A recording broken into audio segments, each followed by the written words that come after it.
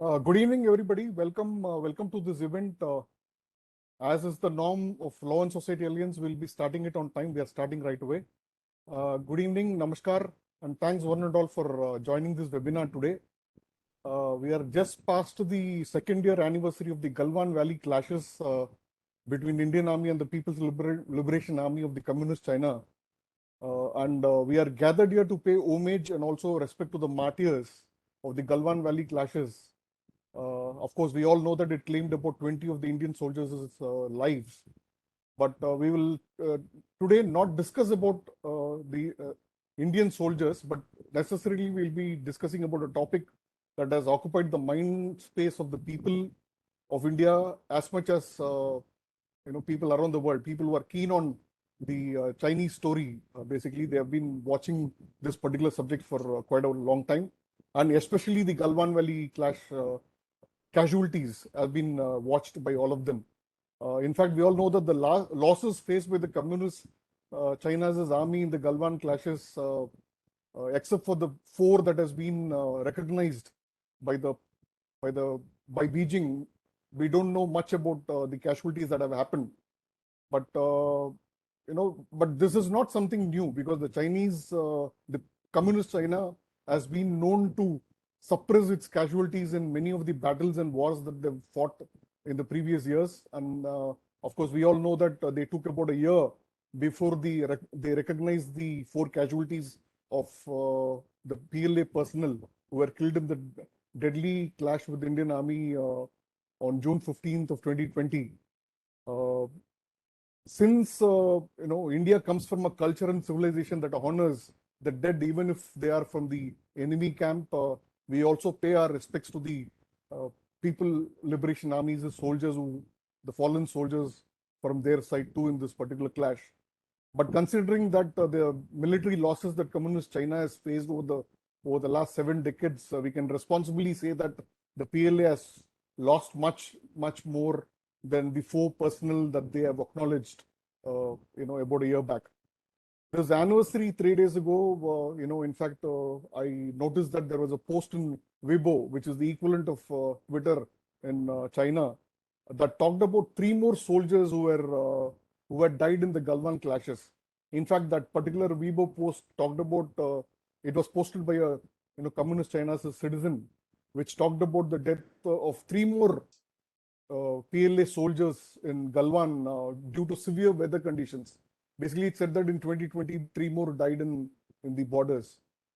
Basically, when you call it as a severe weather condition, it is basically an euphemism for for them falling into the icy waters of the Galwan River during the deadly clash that happened in Galwan on June 15, 16 with the Indian Army.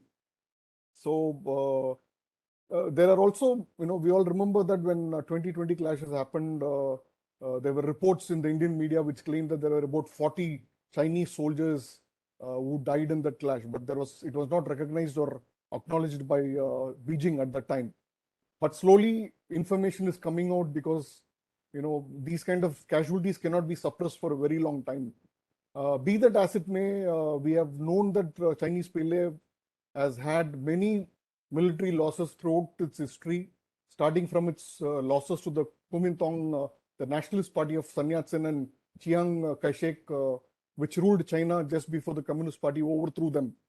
But that victory against Kuomintang came as the Communist Party of China displayed cowardice and lay low, while the nationalist government under Chiang Kai-shek fought the Japanese in China's northeast, and its military strength got weakened. It was such a moment that the CCP and its PLA found it to be opportune to overthrow the government of the Kuomintang. Of course, we know that they fled to what is today called as Taiwan and established a government there. So, as we see that the Chinese Communist Party and its PLA has this habit of taking advantage of somebody else's weaknesses before they strike, and they also have had a lot of military losses against their compatriots, the nationalist government previously. even there are other examples that I can give, like the war against Vietnam, which they suffered losses in 1979, and also the famous Chung Durung Chu episode in 1986-87 when the Indian Army gave them a bloody nose. So these are all history, part of history, but instead of me talking about it, it will be better if some experts talk about it. And it is also courtesy that I allow my guests to speak on this subject instead of thundering away on my own. So I'll stop dwelling on this subject right now. I just wanted to set the context of this discussion today. That is why I had to, briefly speak about it. I'm happy to welcome and introduce the two distinguished speakers for the day. Both of them are experts. They have had direct experience standing up against the Chinese PLA in their 4-decade military career. And they are also the right persons to talk about the subject because they have dealt with the PLA and the Communist China during their distinguished military career. First, Lieutenant General Vinod Bhatia is an Indian Army veteran with over 4 years of service. He is a parachute regiment officer with vast command and staff posting experience, including the command of an operational corps along the line of actual control with Communist China in the Sikkim sector. He retired 8 years ago as the Director General of Military Operations of the Indian Army, a key responsibility that actually oversaw military operations on both the Pakistan and Chinese fronts. He was still recently the Director General of Center for Joint Warfare Studies in India, which actually looked at all the three armed forces and studied how joint warfare could take place, but not only about India, but also militaries abroad. So welcome, sir. Happy to have you here. You have been a mentor, and you have also been a advisor to Law and Society Alliance. I'm having the first opportunity to host you on this event. Thank you so much for joining and acceding to our request. The other speaker today is Lieutenant General Dr. Rakesh Sharma. He's again an Indian Army veteran with over 40 years of service. He's a Gorkha Rifles officer with extensive operational experience in Jammu and Kashmir, Ladakh, and the Northeast, apart from the Western sectors, against Pakistan. General Rakesh Sharma has a PhD in Defense Studies and has previously commanded the Fire and Fury Corps responsible for Kargil, Siachen Glacier, and Eastern Ladakh. If you're wondering what it is nothing but the 14 Corps based at Leh. What I meant to say is basically he has handled both Pakistan and China simultaneously while commanding that particular corps. And he retired 5 years ago as the Adjutant General of the Indian Army. Welcome, sir. Thank you for joining. And it's a pleasure to host you today. We have met several times while you were in service, and I'm having this opportunity to host you after you retired for the first time. Thank you so much for joining. Law and Society Alliance, just 2 sentences about the organization. We are a think tank 3 years old. We started in 2019. We are basically a group of, similar thinking youth, similar thinking professionals, journalists, advocates, social sector, executives who came together to form this Law and Society Alliance, which deals with national interest subjects, all subjects, whether it is military or diplomacy or law, any subject that has an impact on India's national interest, we deal with them. And we also brought out 2 important reports as part of our work in 2020 and 2021. One was on was a comparative study of human rights and human development indices in Jammu and Kashmir vis-a-vis Pakistan occupied Kashmir. We did a comparative study, which no other organization has done before. Usually they stick to either human rights or they do study on human development indices, but specific to those regions, but they never did a comparative study. We did that. We presented that report in the anniversary of the removal of Article 370. And in 2021, we brought out a study report on the influence operations of Communist China in India, how they use public diplomacy efforts to financially help institutions and gain influence among those institutions, be they academia or think tank or public journalists or media houses. So we did an extensive study and we brought out that report. These are some of the work that we have done. So it's a pleasure for me to be hosting this. We do these events every fortnightly. This is one such. This is an occasion, solemn occasion where we pay our respects to our martyrs. But today we'll be discussing about the Chinese military losses and the kind of how they hid the Galwan Valley casualties in 2020. That is the focus of our subject today. So I welcome all of you. Some administrative announcements. If you have any difficulties with your Wi-Fi or internet connection, please switch off your video and keep on your audio so that you are able to hear the speakers at least much more clearly.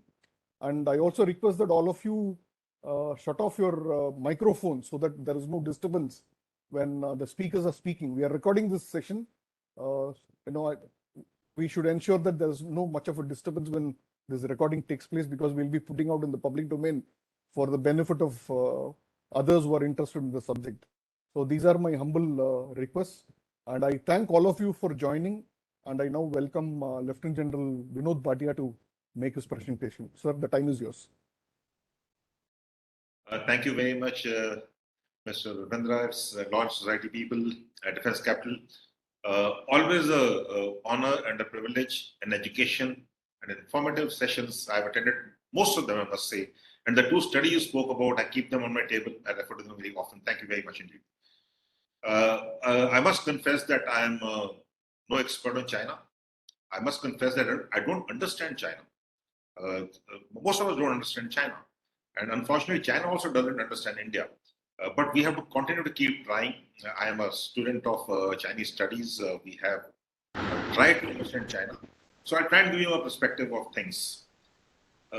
First of all, let me start by paying homage to Kal Santosh Babu and 19 soldiers who made the supreme sacrifice at Galwan on 15th, 16th June night.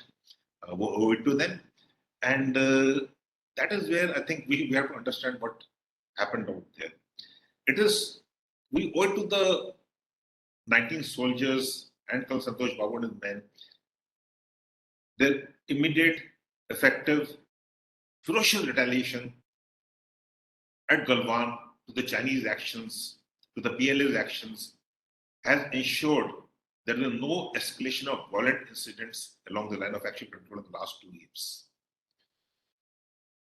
So China may have said that they suffered 4 casualties, and that is what the topic is all about, hiding Galwan casualties. But the fact that there is no escalation points to that Chinese did suffer many costs which they don't like to agree to. Otherwise, we would have seen many more Galwans. Having served along the line of actual control, having studied the PLA to some extent, having interacted with the PLA both along the LAC and in China and in India, I firmly believe that these primitive weapons which they used, which violated the very spirit of the 1993-96 agreements, also the other 3 agreements, the BDCO, the 2013, 2002, 2005, were not issued to only the troops in Galwan. They would have been issued to most of the units along the LAC, especially Eastern Ladakh, where the PLA soldiers lied in wait for Kal Santosh Babu and men to come, and they had gone for a reconnaissance to confirm that the PLA had withdrawn from there. And they were attacked in an ambush, taken by surprise. But the fact is that the retaliation is something which we should be actually proud of, because that saved the day for us. Otherwise, we would have seen, at the cost of repetition, many more victims. So that is what the spirit of the Indian soldier is all about. And that is where China, that the costs are raised, doesn't want to accept casualties. They violated the 4.5 decades old peace and tranquility along the line of actual control based on the 5 principles of Panchsheel and the 5 agreements. The last shot in anger was fired at Tulungla on 20th October 1975, 4.5 decades ago. And that was in 5 Assam rifles where 4 men were killed. And the Chinese have never claimed any casualties from Dokchu also. This is a Chinese view of life. Now, why do they do that? That is what needs to be understood. The Chinese have indulged in, the control of the Chinese leadership lies on a tripod. Now, what's a tripod? The tripod actually consists of controlling the state of the people, controlling the Communist Party, and control of the PLA. That's a tripod. That is the complete structure of the control of China and the Chinese people. So, if Chinese leadership was to agree that there were many casualties, and in the public domain, they would have lost face, and face is very important to the Chinese and to the PLA, especially because PLA considers itself as far superior to soldiering, although they have had no experience. The same was the case in Vietnam, where they said that they had suffered about 2,000 casualties, which they later on agreed. And one of the Chinese generals said about 20,000 casualties. The fact is that's about 38,000 casualties there. Fatal casualties talking about that is a major war. So this isn't all along, and it was so in 1969 with the skirmish with Russia also. But let me now get back to Galwan and to the LAC. The Chinese, the PLA soldier cannot really take hardships. He is basically a conscript who comes on a tour of duty for 2 years, changing every 6 months, and he is looking over his shoulders to get back to a safe life, to safety. And they have this 1:8, one soldier, one person supports 8 others. So 1:8, so risk aversion is part of China. The China society, Communist Party, will not accept in public the casualties. So we see over 2 years that they talked about 4 casualties, which they accepted, but there are many more. And the first indication of these casualties came from Russia soon after the Galwan incident in late August, September, when Russians anticipated or assessed that they had about 40 plus casualties, and then the Western media started talking about the casualties. And later on in 2022, the Australians, they did a study of the social media and came out with a figure of 43.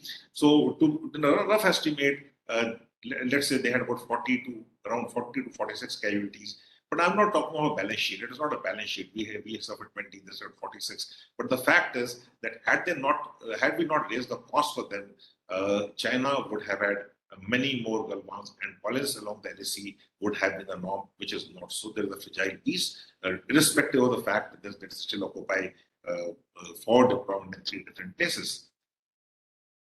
Chinese also went on a overdrive in the information war domain. If you look at 2022, when Xi Jinping was addressing the Communist Party youth, he recited a poem written by a soldier who had died in Galwan.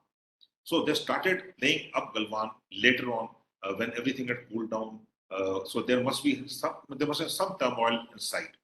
The second thing you see is a Galwan hero who lights the torch during the much publicized Winter Olympics in February. And the third thing which we came across was an IW campaign in the Indian social media, because fastest fingers first, which went viral, was Indian soldiers being taken prisoners and being walked under the supervision of the PLA, injured, depicted very badly, and the Galwan PLA was the Galwan heroes of the PLA were depicted as the victors, and one of them turned out to be an actor. It's Bung Shi, or I don't really correct his name, and he and his wife both, and that was a movie which was made, and there were 12 movies which have been made on Galwan to tell the public that the PLA and China are the victors at Galwan. The fourth thing which they did was the Western Theatre Command came up with a slogan writing competition starting 1st of February. February is the time when they all go on leave, and February is the New Year's. And they came out with a slogan, never lose an inch of our territory. And they said everyone should write slogans, and the first and the 10 best slogans will get a certificate and a precious stone which will be mined from Galwan. So that is the information campaign that is appeasing their own people, which the Communist Party of China indulged in. We've got to understand that China and the Chinese military, especially the PLA, they follow Sun Tzu. Sun Tzu is taught everywhere in the Chinese academies and the Academy of Sciences in China, and they do follow Sun Tzu.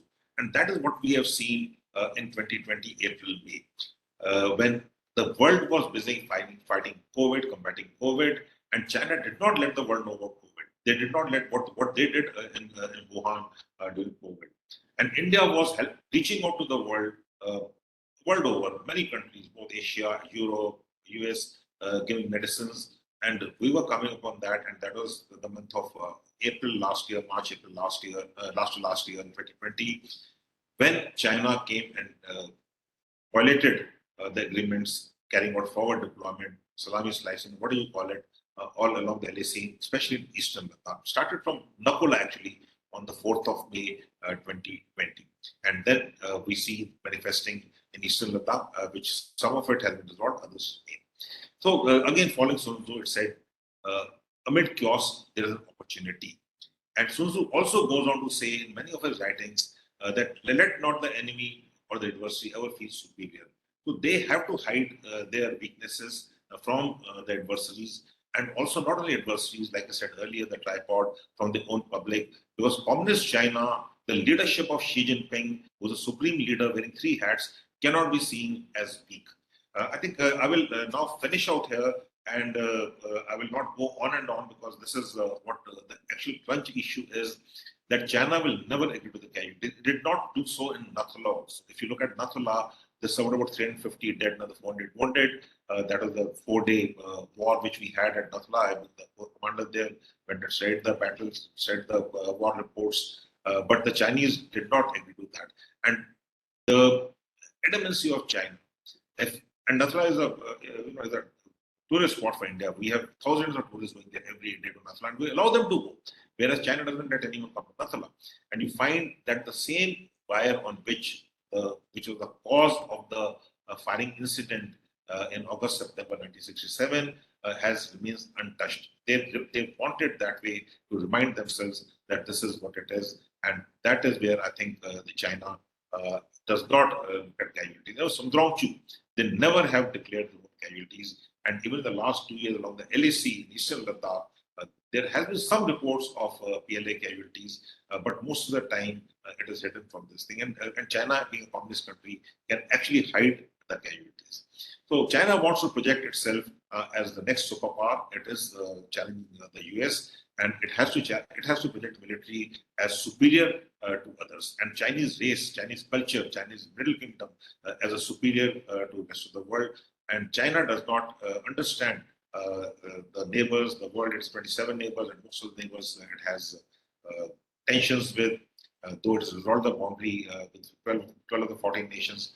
But the strength of the PLA, whether it's South China Sea, whether it is East Sea, whether it's Korea, Taiwan, the PLA wants to project as a superior, China as a superior country, superior nation, superior culture, superior people, and that is where they have to hide their losses and the weaknesses. I'll finish out here. Thank you very much. Over to you.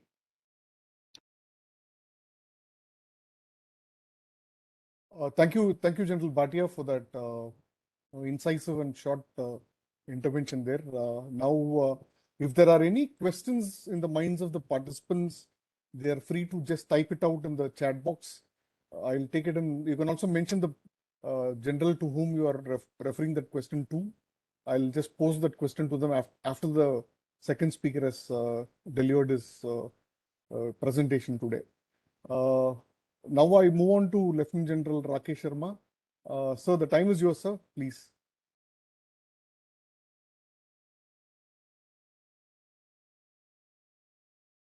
So you are still muted, sir. Okay, I wish to thank Mr. N.C. Bipendra, also Law and Society Alliance and Defense Capital, for inviting me to talk on this very important subject today. And it's so difficult to speak about after General Vinod Bhatia, who's a gourmet of information and gourmet of knowledge and analysis. So I'll try and stay clear to what General Bhatia has already said. And thank you for the esteemed guests who are present there today to listen on. Now, I will go delve into history. Firstly, basically, preserving the honor and memory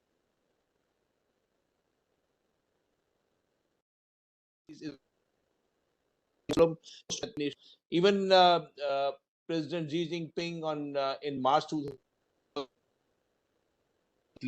and he laid the tomb of unknown soldier in Italy. That's what people of Italian soldiers who had died. But one has never heard of President Xi Jinping going to any tomb.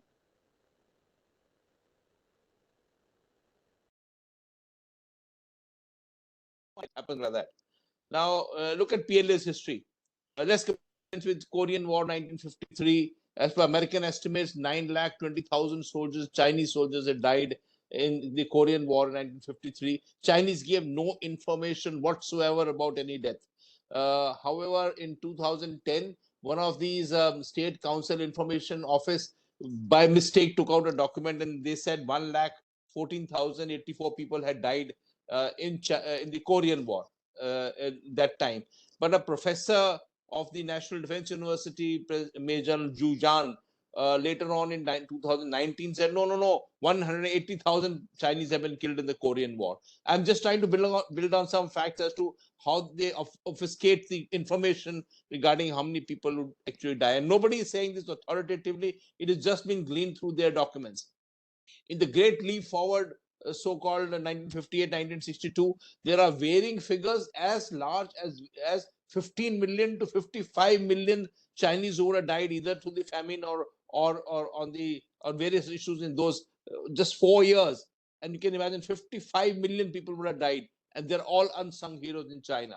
In the Vietnam conflict, as we've spoken about, that time the chief of staff, who was the chief of staff of China, deputy chief of staff of China, General Wu Jian, he had said that the Chinese casualties, and he said 20,000 people have died. Chinese have died in the Vietnam War, and that is about the 2 months of 1979. They never publicized the casualties.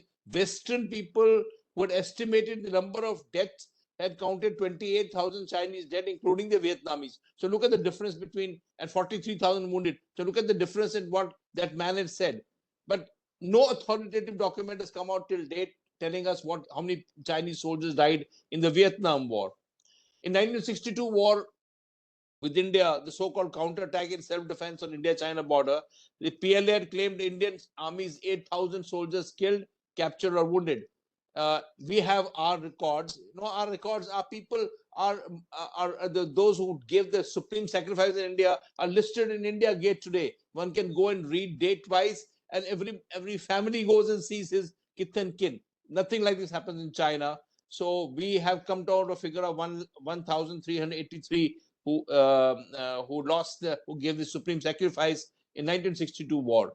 And the Chinese figure, Chinese own figures have been publicized till 1962. In 1994, 26 years later, document was cast across somewhere where Chinese figures of 720 PLA soldiers killed out.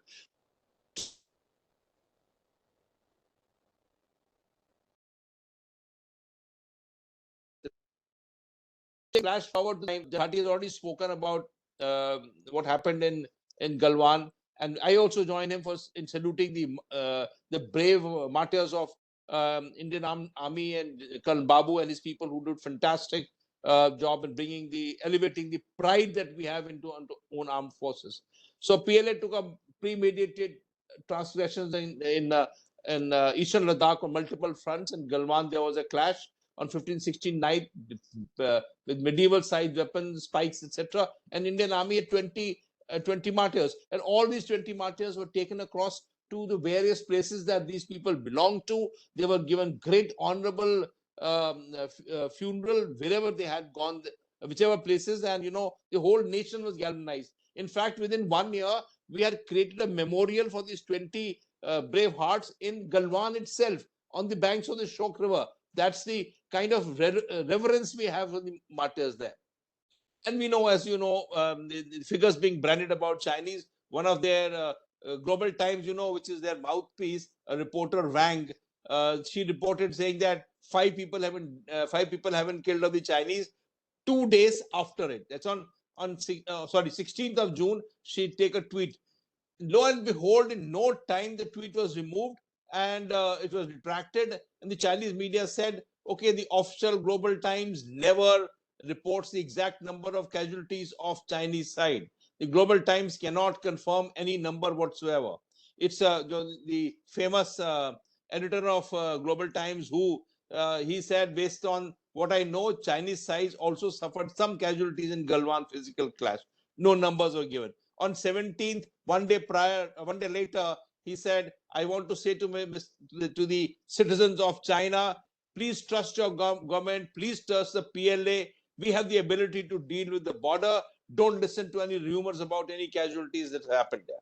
So we must trust our government. He says we must trust our government and we must trust the People's Liberation Army. And a typical manner in how China reports, subsequently 4 names and 5 names came up. Some awards were given. In the awards, things came on light that they had casualties, and 4 or 5 of them, of course, the 5th one was being shown carrying a flag. Now, in February 2020, last year, the Russian TASS agency said there were 45 Chinese people killed.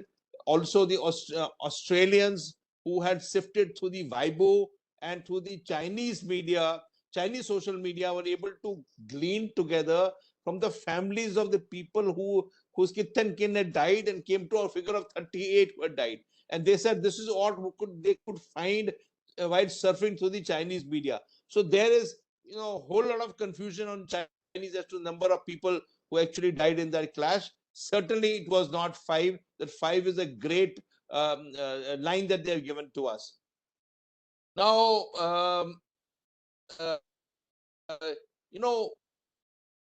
perpetually hesitate to declare its casualties.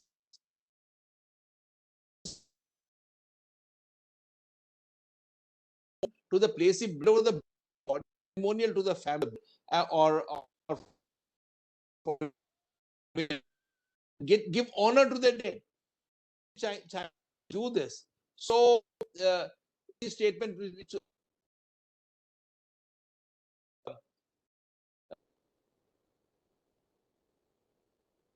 you do so, he said people 2 countries to compare.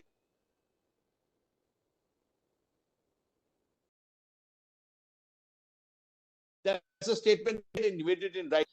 It's apparent that the preclude any public sentiment that can augment against us.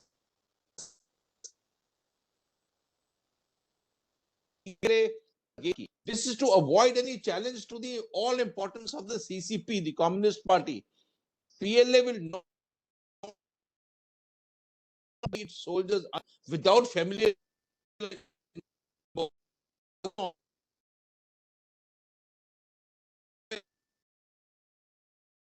armed forces. The invincibility of the CCP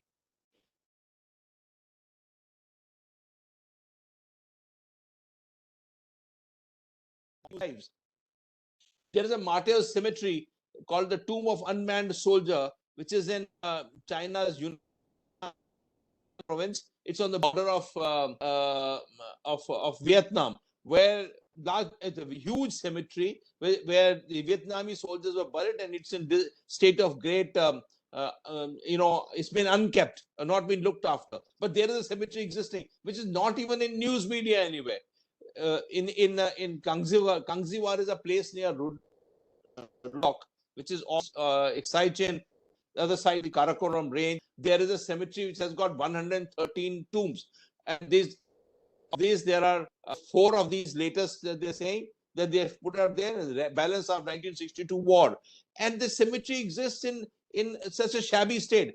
Lately, somebody posted some pictures in the media, in Weibo, etc. So they will change cemetery and call it as a monument for public education or something. Some such word has been brought about on this cemetery, which is of 1962 vintage and has got also the martyrs of Galwan. So, in drawing parallels, of Chinese soldiers will remain unmourned in perpetuity. That's the way they function. Why do they do so? So Chinese stands conspicuous by denying any ceremony to the honoring the soldiers who give ultimate sacrifice. That is the way all totalitarian regimes work. And China is a totalitarian regime. There is a fear of an public sentiment and to invincibility of their CCP and invincibility of the PLA, they do not hesitate because public sentiment can go against them. That's the logic that totalitarians follow. So Beijing is sensitive to all this and say president himself. Now let me uh, uh, say that Communist Party remains the ultimate of decision making in China. And of course, there is the hierarchy, the Politburo Standing Committee and the Politburo and the State Council, etc. But finally, the CMC for decisions pertaining to the armed forces. So they retain, the Communist Party retains the monopoly of state power totally. A simplistic censorship and the threat of violence, it requires, there is a social contract that the people, the Communist Party and PLA have with the people of China. This is because to maintain they do hate the idea of the Tiananmen Square happening. So they have to deny the public the right information so that the public doesn't rebel or rise or protest against what is happening and, put the PLA and the CCP into bad light. So this is a kind of social contract that the establishment, Chinese establishment, have with the people, and this has been as over since they got independence. So there is this one-party rule in China, and if we learn from their great leap forward, also from the Cultural Revolution and the Tiananmen Square, and what happened on the Yusuri River with the 23 killed or 200 killed, there are differentiation between Russian, Soviet reports and Chinese reports in those eras also. So they finally, it is ensuring this and the legitimacy of party rule in China, where the soldiers are put in right, and we have to learn from the from their great leap forward and the Cultural Revolution and the Tiananmen Square massacre. The CCP leadership board that any similar of death not publicized by the CCP. Having been in power for long, the CCP the more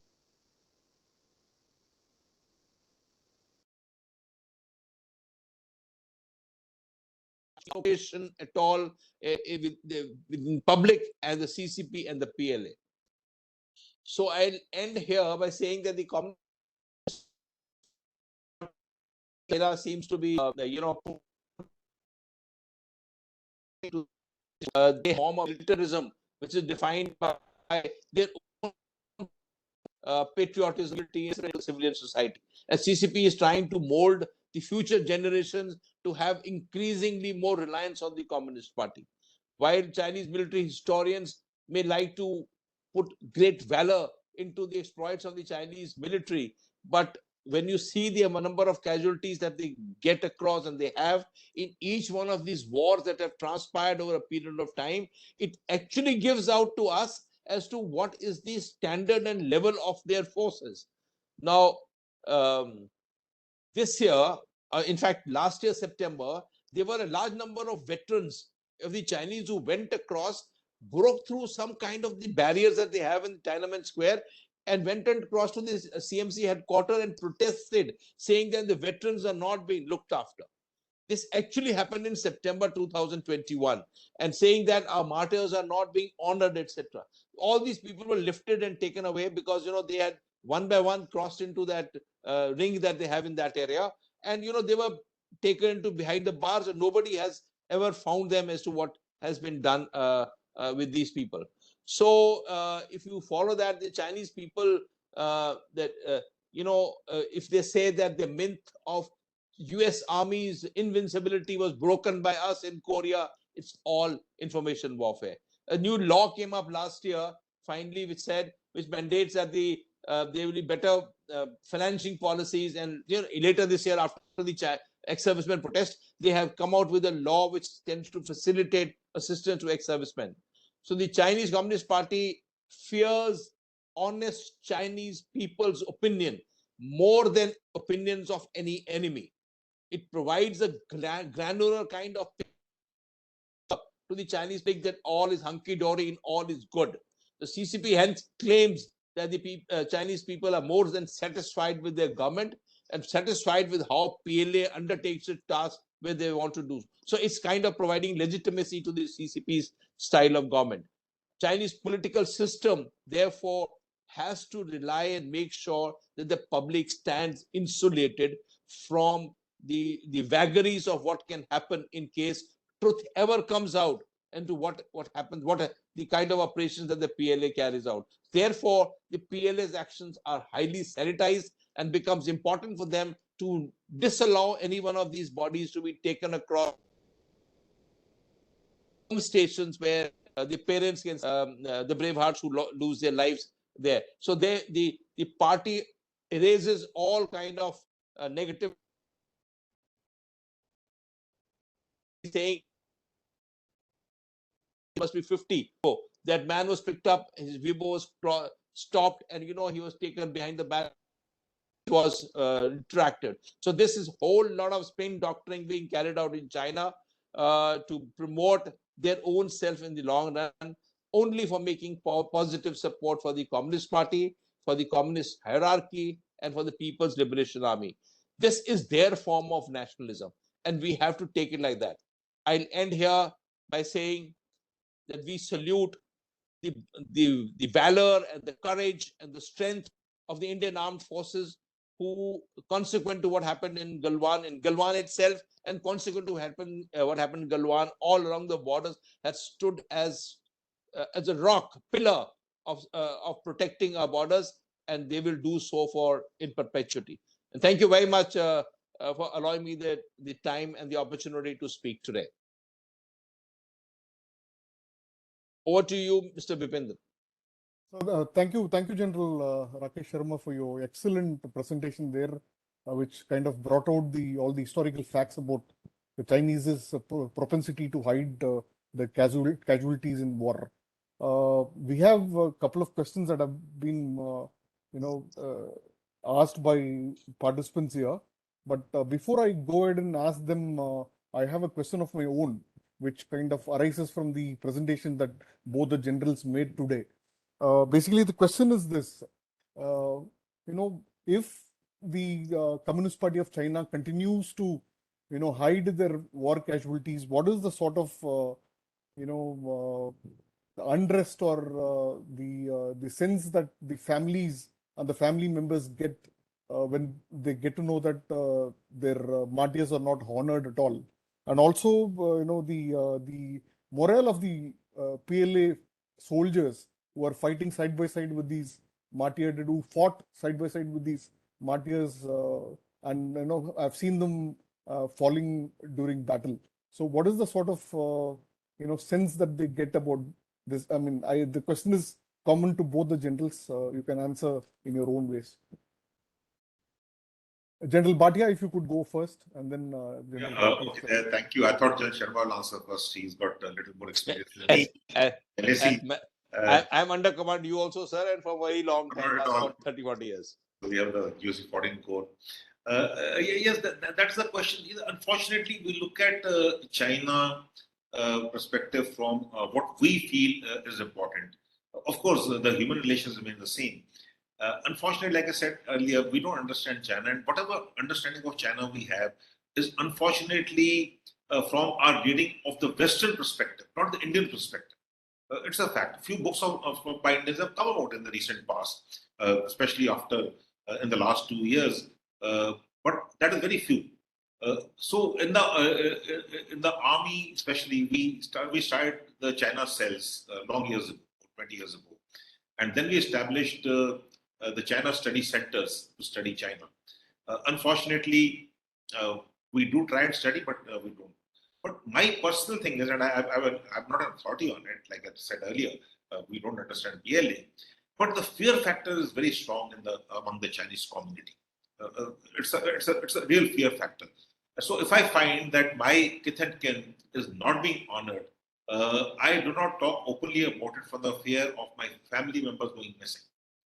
I do not know about others. It is not a mass movement. If there are, in India, every of our soldiers, sailors, their body with supreme sacrifice, is given the highest honor.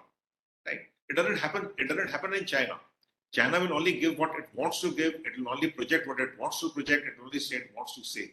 So I don't think that a few, let's say 40 odd casualties would make much of a difference if they're not honored in a big society like China.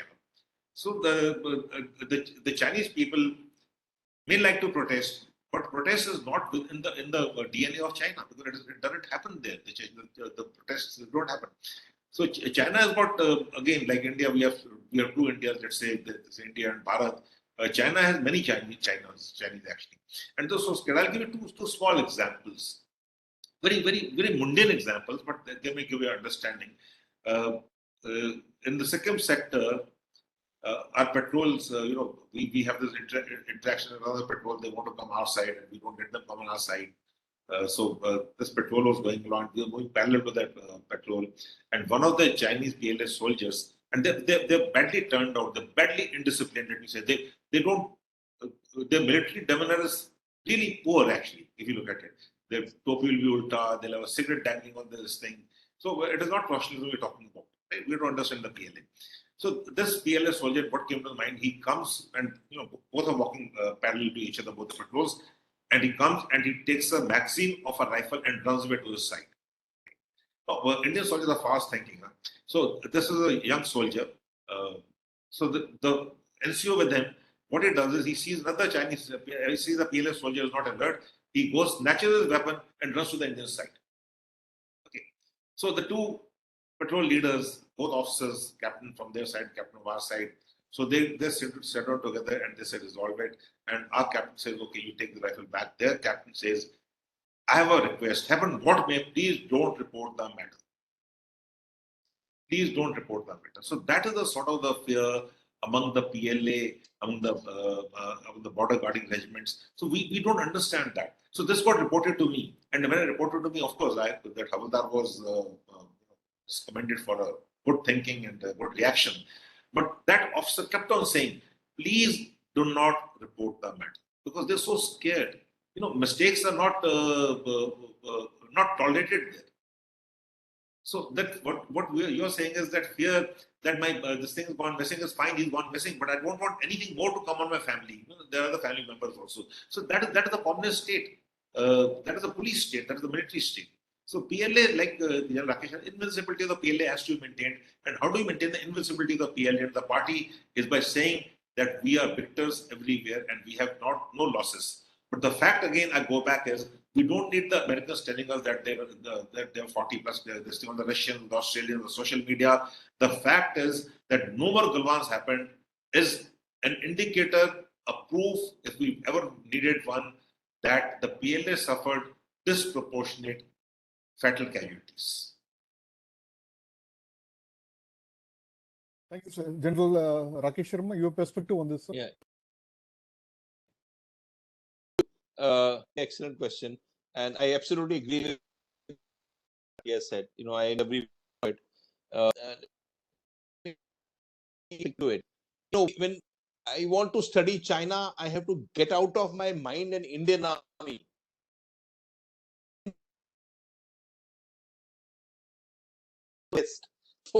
And our system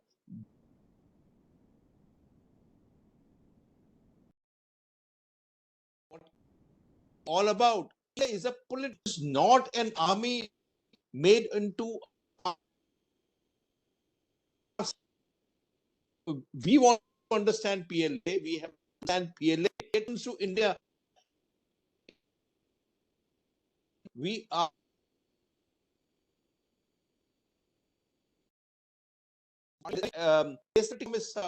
Reports and political commissar channel reporting only handles political commissar. So political channel of that system doesn't anywhere else. Maybe we had in Russian also. So understand that it is a political and the political army function differently than hierarchy or army of our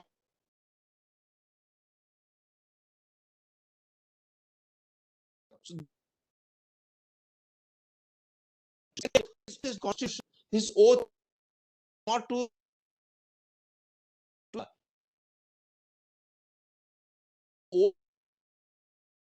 that it becomes of the Communist Party. Every or the Communist Party says is what PLA say. No mouth of want to make it. Most arms are hierarchical in nature, so there is a division.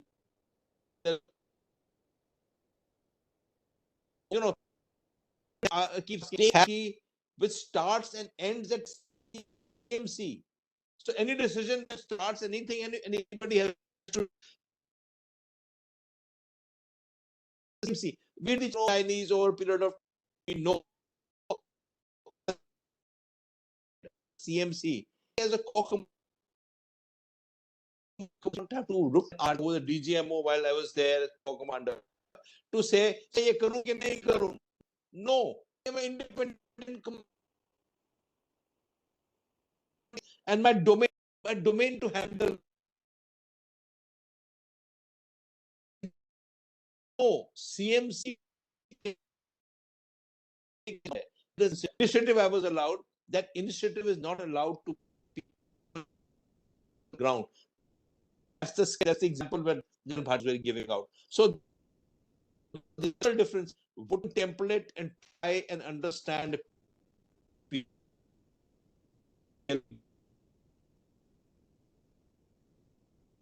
Mr. Yes, sir, yours, Mr. Vipender. Yes, yes, sir. Thank you so much, sir. Thank you very much. There is a question from Air Marshal Anil Khosla. He has asked a general question to, I think, both the generals here. He wants to know, China will continue with its activities on the line of actual control to keep the pot boiling. Where and when could the next incident take place? Is it possible to make a guess on where the next incident might take place? That is his question.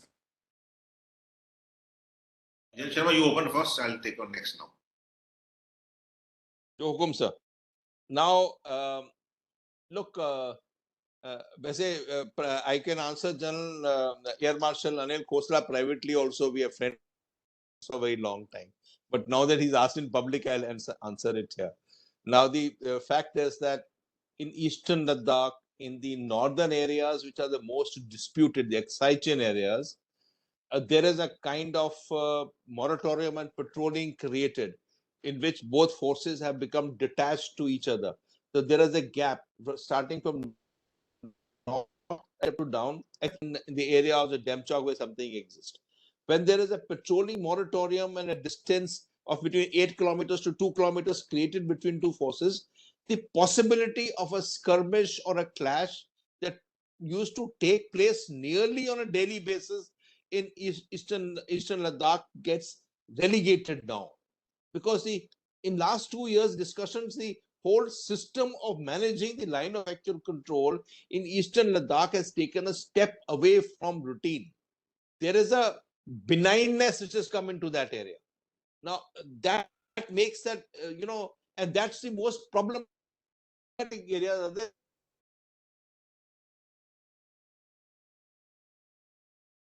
Kind of short fuse. That short fuse takes a step away. Now, there are problems in the central belt. There are problems in the northeast. And but I would cultural line of actual control being brought about by the Chinese. It's a systematic change, and it's happened in the course of last 2 years by creating all these villages and habitations along close to the border, and habitations all along it. And habitation is an issue which was discussed in 2005 treaty also. So there is a desire to fix the border. There is a desire to fix it. No, he is making habitations come across to that area. Therefore, the edge he will take in his own manner, and may needle us in some areas where we are, the possibility may exist, say, in the central belt, Uttarakhand, Tibet border or something. But I personally feel that for some time, the focus of the Chinese have shifted towards Taiwan, towards South China Sea, Pratas, Kinmen, those issues which have been hanging fire, which is a promise the president of the Chinese gave this, and he wants it also. So his focus is that side. He has a focus that side. Last point I'd say here is that if you follow the kind of infrastructure developed in 2 years and the kind of aircraft brought and the formations, he has not taken those formations that came in forward, the divisions that came forward in the 2000 back to Xinjiang. It gives a kind of inkling to us that he wants to retain the to bear by forces in the depth, which makes sure that we are also suitably placed there. So now, if he wants to do a skirmish, we have substantial forces as reserve on the border and as reserves. So our response is going to be that much violent and that much fast. So if the Chinese want to do any tackling to us, he has to be careful, because this is a year when he has President Xi Jinping has to earn his third term, and he has to work to that end. So it will not be simpler issue to come and need us here. Jan Bhatia, sir. Thank you, General Rakesh Sharma. Everything you said, I fully endorse that. The issue is not where can he come in. I think the issue is slightly, it's a 3,488 kilometer India-China boundary, which is not recognized. He claims about 110,000 square kilometers of our territories, occupies about 38,500 square kilometers of territories. There are vulnerabilities, and if we are vulnerable in some particular place, he will definitely take advantage of that as and when to. The issue is a little larger. Why does he do what he does? The issue is China's sharp power. When you talk of soft power and hard power, China talks of sharp power. That is, if you are with China, you are with him. If you're not with China, you are against him. So, and India has not been with China, whether BRI or many other issues. So we're not with China, so we are against China. What do they do? He indulges in military coercion along the LAC. He indulges in debt trap. He indulges in world diplomacy. Among the military coercion, he's got three warfare strategy. Public opinion is one of them. Psychological operation which he carried out against India. Public opinion is noted, and legal warfare. He abided by the 96 treaty by using some primitive methods, not firing, because 96 treaty says no use of firearms. So I fully agree with General Rakesh Sharma. But we have sent a strategic signal to him by occupying Kailash Ridge. We have the strengths along the LAC. If you're weak, he will definitely occupy it, and the LAC. And our strategic concern is it's very sensitive, very sensitive. Our strategic concern lies in the Dolam Plateau, right? That is a strategic concern, actually. If he's sitting there somewhere, yes, we don't like it. It's a territorial integrity, Dengchok, hot spring and all. But if he wants to really do something, it is Dolam area, and you were the AOCNC, and you have handled that, so you know it better than me. So that is where our strategic concern is, strategic vulnerability is along the line of action. So that is where I would, as a military man or something, I would pay much more attention. Having been the Corps commander, then maybe I've got a weakness for that particular place. But that is one area which I feel is our strategic concern. And unfortunately, that is Bhutanese territory. It is not our territory. Right? Though we have an Indo-Bhutan treaty, the Friendship Treaty of 2007, where Section 2 states clearly that both nations will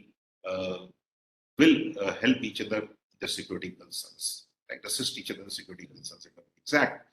So that is something which I would be very careful about, and Irfan Gandhi, you know it better than me. So let us leave it at that. But fact remains, we have the strength for a QPQ. We have set a strategic signal for a QPQ. Kailash Ridge was occupied by us. We vacated it. A lot of people said that we should not have vacated it, but we have to understand every QPQ option has a finite value in time and space. We got what we wanted out of that. 3,488 kilometers of long boundary. He has major gaps. So, and we are strong enough. Let me assure you, we are strong enough out there.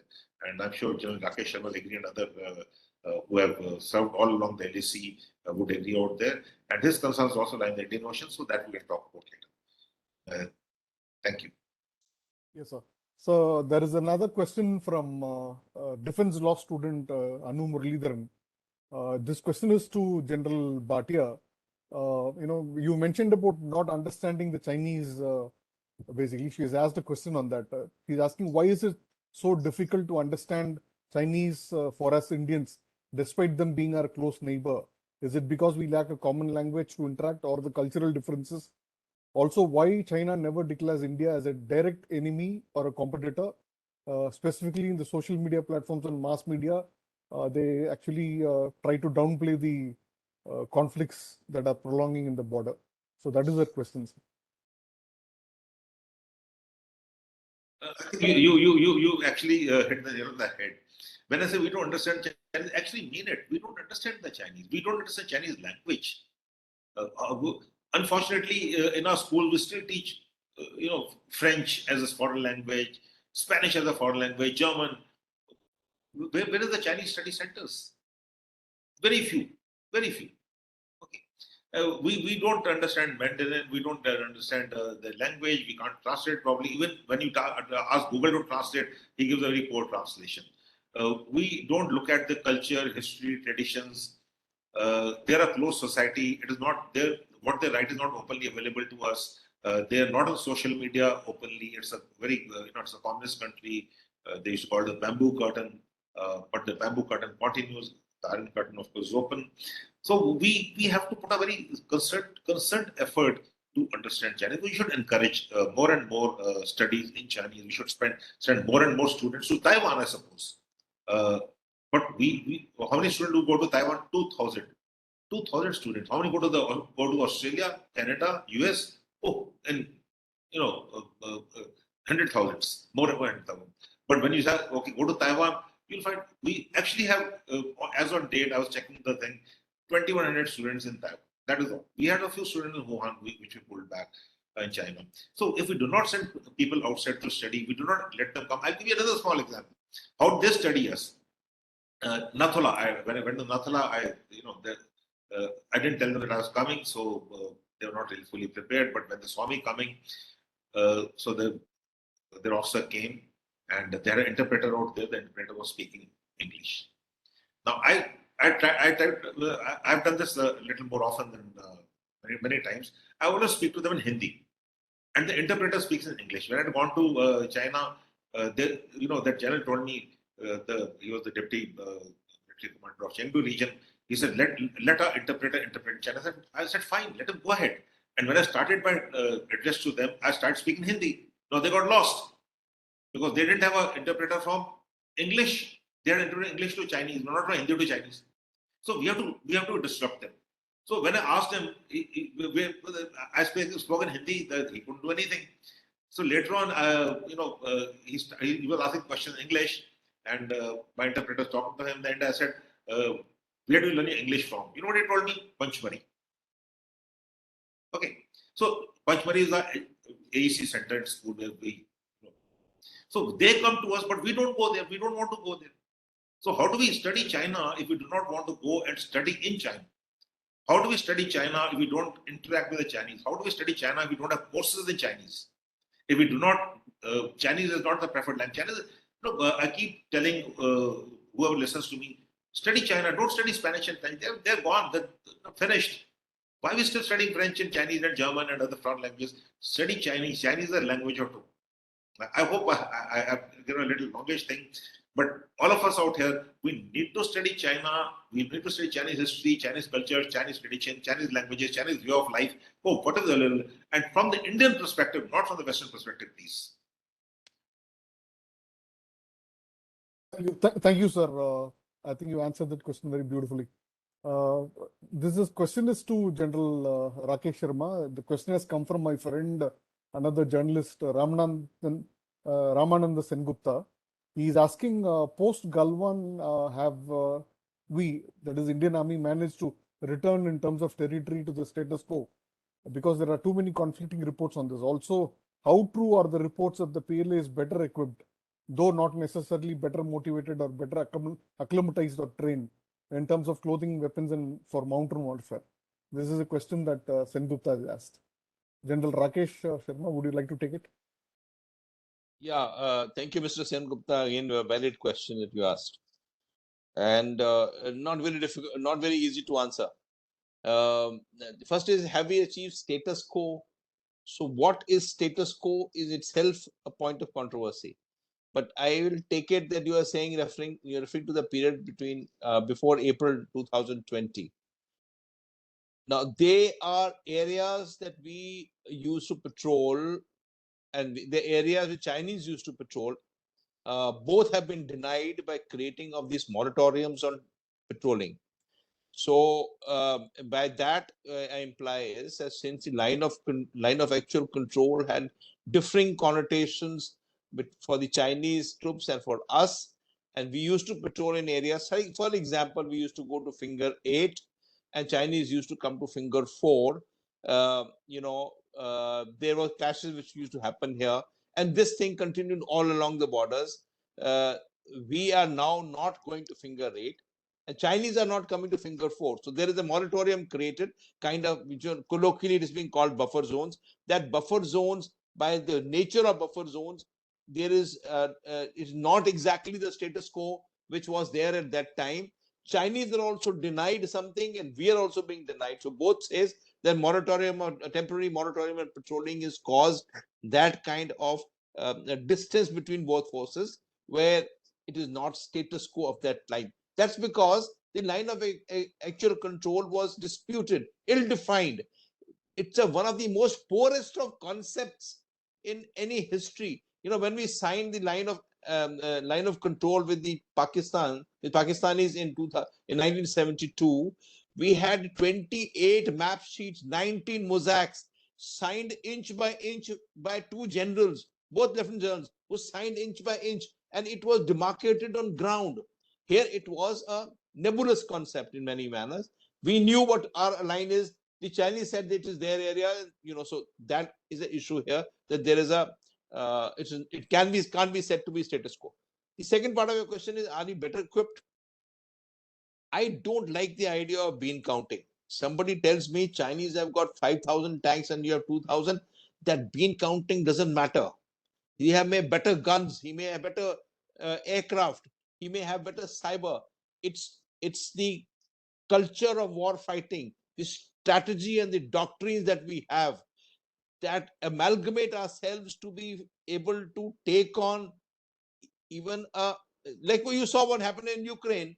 The first 6 weeks of warfare, the huge might of Russian army was taken to task by Ukrainians by only irregular warfare, by just taking on handheld weapons and held the best tank fleets possible.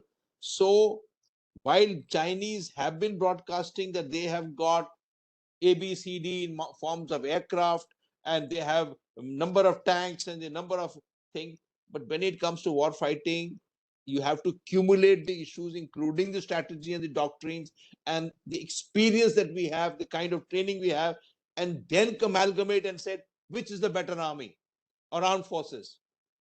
I assure you, Mr. Sen Gupta, will be head and shoulders ahead of them when it comes to war fighting on ground. Please don't do bean counting. That bean counting, when you start counting the aircraft and the technology, it gives a little lopsided picture on this one. I rest here, sir. Thank you, sir. Thank you very much. The question now is to General Bhatia. There is a question from Mr. Maheshwari. He wants to, know whether, the Chinese casualties in Galwan or anywhere else, will it kind of have any effect on, India, in the sense that China, not being a democracy or leadership, wants to achieve the status of a superpower, and by misreporting or hiding these casualties, it doesn't really affect their military or economic power. So if they want to become a superpower, are the casualties relevant here? That's a very that's the question that he wants you to answer. I think it's an excellent question. It's more of a statement, I suppose.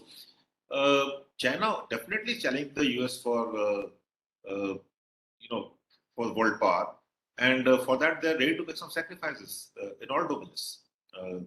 And when you want to challenge the US, or when you want to be superpower, you have to be militarily strong. You have the military power. If you look at history, there were 16 transition of power in the last 500 years, out of which 12 have been violent, 4 have been peaceful. So you have to prepare for a violent transition to superpower. The US is not going to give it so easily, and China is not going to let go so easily. So we are looking at China seeking a bipolar world, US seeking a unipolar world, and India, of course, seeking a multipolar world. So when we look at China, China has to project and protect its aim of becoming a superpower through military coalition, through BRI, through economic power, through information power. And information becomes a very interesting, a very, very relevant tool, especially for their own people. They have to sell the idea to their own people because party is supreme. And when they say Chinese will become moderately prosperous society by so and so years, China will be the ultimate by 2049 and 2030. I think we have the 100 years of the PLA. So they have all these long-term goals. China honestly thinks deep. It thinks long. It gives out various acronyms, and it gives out various goals, and it works towards their goals. There is some continuity, irrespective of the leadership. The Chinese Communist Party has some continuity. Xi Jinping, in any case, is a leader in a hurry always. And we've seen this with India. If I can take a little longer on what they want, they don't, 5 flashpoints of conflict in the world have China connect. Taiwan, South China Sea, East Sea, Korea, and of course the India-China boundary. And Xi Jinping is a man in a hurry to assert himself. You see military coalition against even smaller countries, Vietnam, Malaysia, Indonesia, Japan, India. So he is not waiting for anything. If you look at the Taiwan Straits, the number of flights, the fighter aircraft is flying over the meridian, violating the meridian, has multiplied many folds, exponentially. So when we look at China, we should understand that it is slowly and steadily challenging, especially given the emerging world order, what has happened with Russia, Ukraine. China stands to gain. Whether Russia loses, US loses, Europe loses, one thing is definite, that China will gain.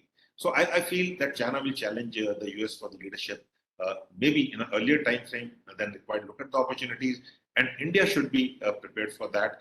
I hope it is a transition is not violent as it has been earlier. Thank you very much, sir. We'll take one more question, the last question of the day, because we are running out of time. And there are several questions that have been asked, but I'll try and take the most relevant to the subject of discussion today. There is one question regarding the CPEC. The Communist Party of China's Congress that is happening in October. So journalist Ranjit Kumar is again a friend of mine and a senior. He has asked this question about the LAC tensions easing after the October Communist Party of China's Congress. Is that a possibility? That is the question he has asked, and he wants an answer. General Rakesh Sharma, would you like to take that on? And yeah, thank you. It's a very good question. The fact of the matter is that this 20th party conference that takes place in October or November, whenever it's finally scheduled, it is a path-breaking event. And this path-breaking event comes up because it's the first time that an extension beyond the 10 years. In 1991, it was decided that there'll be a 10-year rule for the president, but it is now going to cross this one. So it's a path-breaking thing. However, knowing that this could have also problems in the party Congress, most of the hierarchy of the Politburo Standing Committee, the PLA hierarchy, and all these gentlemen who are gentle ladies now who are part of the hierarchy who come in to debate the issues, have been brought in by the President Xi Jinping, people who are his kind of followers. So everybody else has been put to side by under corruption charges or one reason or the other. So there is no challenger left. So he has a hold on the party Congress. So that's one major issue. Second is, in the course of last 2-3 years, the issue of sovereignty has been dragged beyond limit. There used to be territorial integrity that we used to speak. Now his number of statements he's made is not an inch of territory belonging to China will be lost to us. Territory given to us by our ancestors will be retained by us. This is a statement made by President Xi in the course of last 2 years. And now everybody who talks to us wants to say the territory is a sovereignty issue. It is ours. It's a national sovereignty. Having said that, there is a cultural change in the tone and the language being used by the Chinese over a period of time. They have pushed themselves to a cul-de-sac. They cannot now move back away from what they are existing and what existing line line existing presently. So having said that, will he want to tap the LSC in the 20th Party Congress or talk issues will come?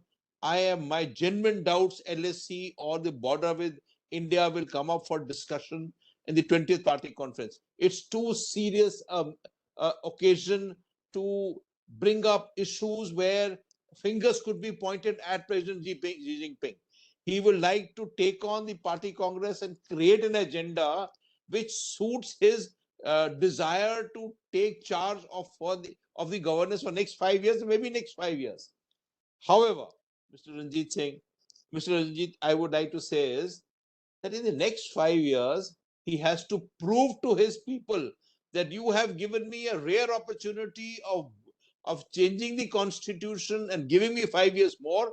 And I have to prove now that I'm worth that salt of having this next 5 years and do my bit.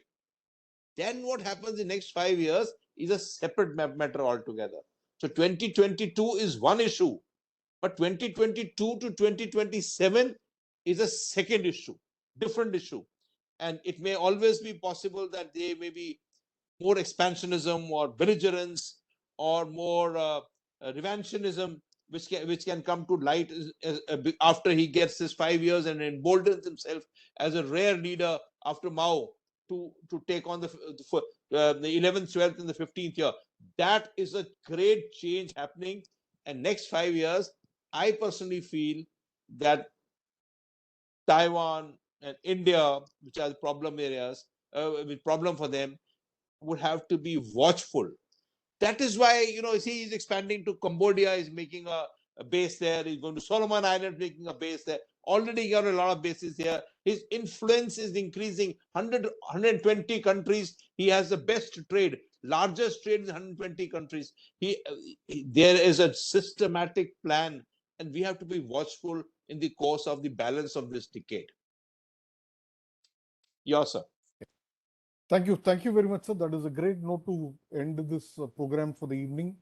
We are almost at the end of the time that has been allotted today. I want to thank Lieutenant General Vinod Bhatia, who is one of my mentors, for sparing his time today and sharing his wisdom with us. And I also want to thank Lieutenant General Rakesh Sharma for again his wisdom. Both of them are very experienced military veterans and have a vast knowledge pool that they have. And we would like to benefit from that wisdom that they have every time. And I want to thank both the speakers for sparing the time, their valuable time to be with us today. And this program wouldn't be possible without the participants. We had a good number and they almost stayed till the end of the session. Most of them stayed back, I believe, because of the stimulating conversation that we had today. So I thank you very much for this, for enabling this stimulating conversation. And we will continue to do it. Law and Society Alliance is trying to organize one webinar every week on a Saturday. Every Saturday we want to have a webinar on different topics, sometimes law, sometimes military affairs, sometimes diplomacy, sometimes strategic affairs issues, all that. So I'll come back to you again, all of you, with more programs, more such conversations in the future. With that, I end this program for the day. Thank you very much and Jai Hind. Thank you. Thank you for inviting us. Good, Jai. Thank you very much. Thank you. Thank you, sir. Each one of you.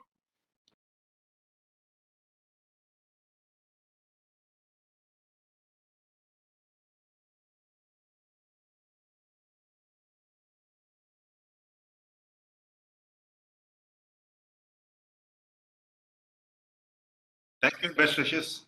Thank you very much. Thank you, sir. Thank you very much, sir. Thank you for joining, All the and best. thank you for the wisdom. Enjoyed the conversation. We'll meet Thank again, you. sir. Soon. Thank you.